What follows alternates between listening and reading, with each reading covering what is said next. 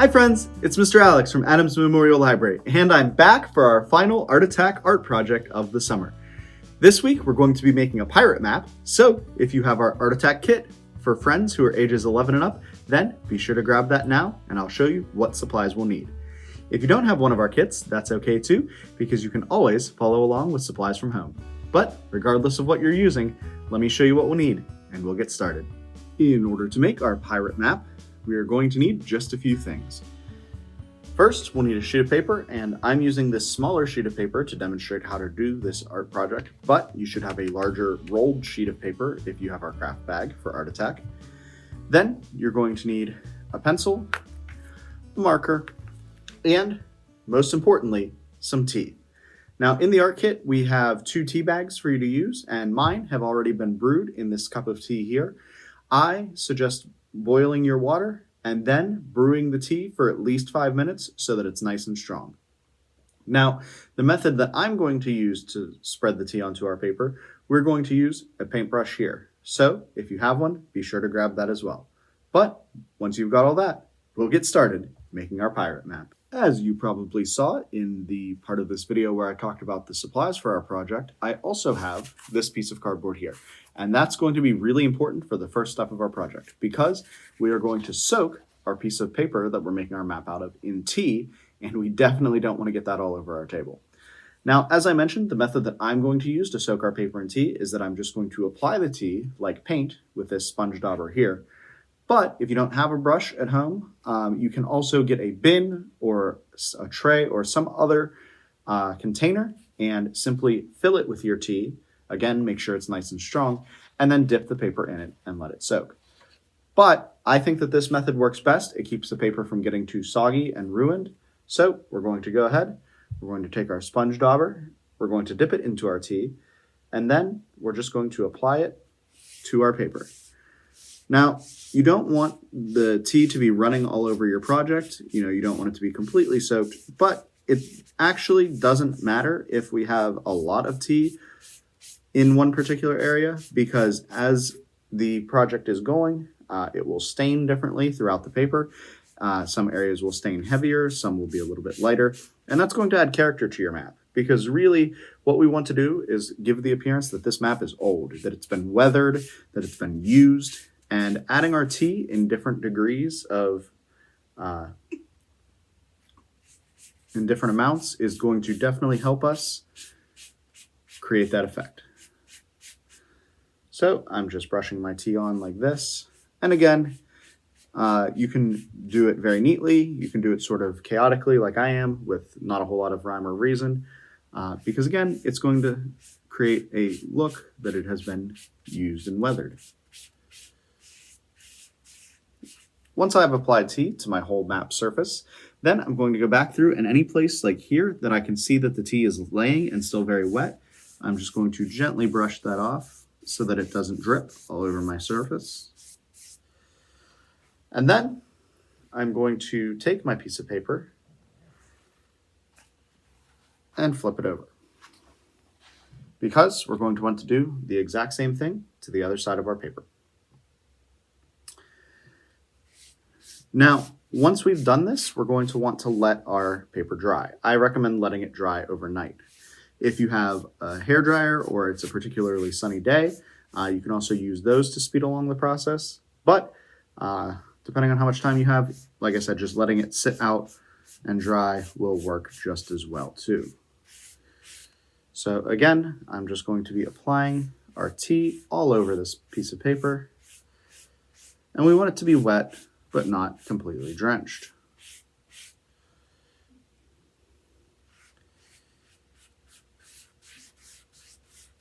And we'll just go ahead and smooth out those areas where the tea has pooled on our paper. Touch up any areas that look like they weren't covered. And we have something that looks like this. Now, this is a pretty soaked piece of paper. We definitely can't draw a map on it yet. And something else that I will say is that your paper is likely going to take on qualities of the surface that you set it on. So for instance, on this cardboard box, there are these labels and these tape marks. And if you set your paper for your pirate map on those types of surfaces, then it may make marks on the paper. And I actually think that's pretty cool. For instance, I'm going to let that piece of paper set aside and make a future map with it. But I already have one here that we can use to draw our map with. And as you can see, where those labels were, where I let it dry, those actually transferred onto the final map. And I think that gives it a little bit of character. And I think it's really cool. So we're going to let our tea-stained piece of paper dry.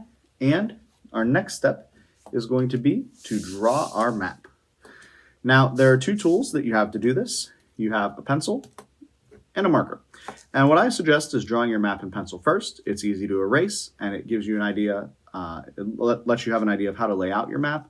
Then you can make it final and touch it up with your marker. Now, there are also a variety of types of maps that you can make.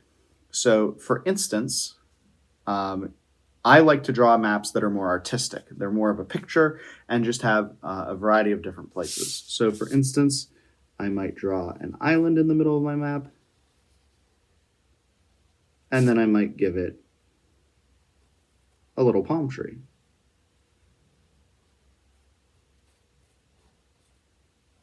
Just like this.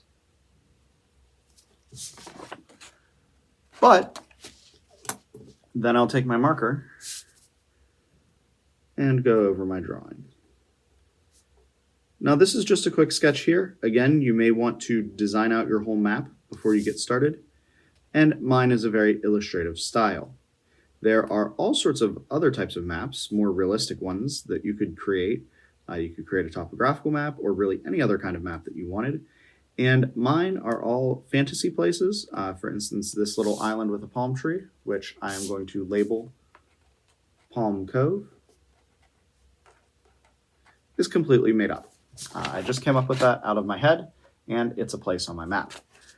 The other thing we might want to do is add a compass to our map down in the corner, showing off where north, south, east, and west are on our map, because all good navigators are going to need that compass. So I think this is a pretty good start, but let me show you what my final map looks like. On my final map, I've added a lot more illustrations. And again, a lot of them are fantastical. For instance, this Kraken Pass, where the mythical Kraken might live, doesn't exist in real life. So these are all fictitious places, and I've drawn them just like I would a picture. You can make your map more accurate, or you can make it more artistic, like I have.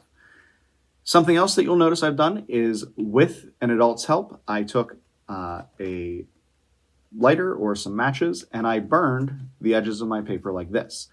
Now, this process can be very dangerous. You can risk losing your entire map because, as you can see here, you can't really control what exactly the burnt edges are going to look like, and you need to be prepared to put them out quickly. So, always make sure you have an adult supervision. Do not use matches or a lighter by yourself, and always have plenty of water around in case things go poorly and you need to put your map out. But if you're very careful, have an adult's help, you can burn the edges of your map just a little bit, and I think it gives it this character too. You can also see a place up here where I sat my map on the pavement, because again, you want to be doing this outside. You do not want to be burning the edges of your map inside your house.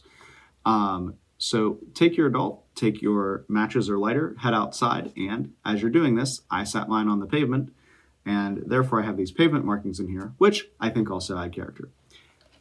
But regardless of how your pirate map turns out, we're now ready to look for treasure.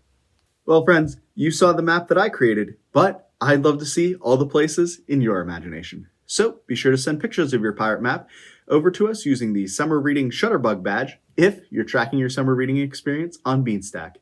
Then be sure to follow us on Facebook, Twitter, Instagram, and YouTube for updates not only about the Art Attack program, but everything else that we're doing here at the library.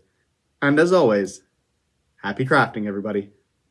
Friends, are you also participating in our summer reading program on Beanstack and using it to track your reading hours and activities? If you are, then you'll definitely want to enter the code to show that you've completed one of our Art Attack projects, and that code is Manatee. You'll see it right here on the screen, so be sure to enter it for your Beanstack badge and some prize tickets that you can enter into our drawings before August 6th.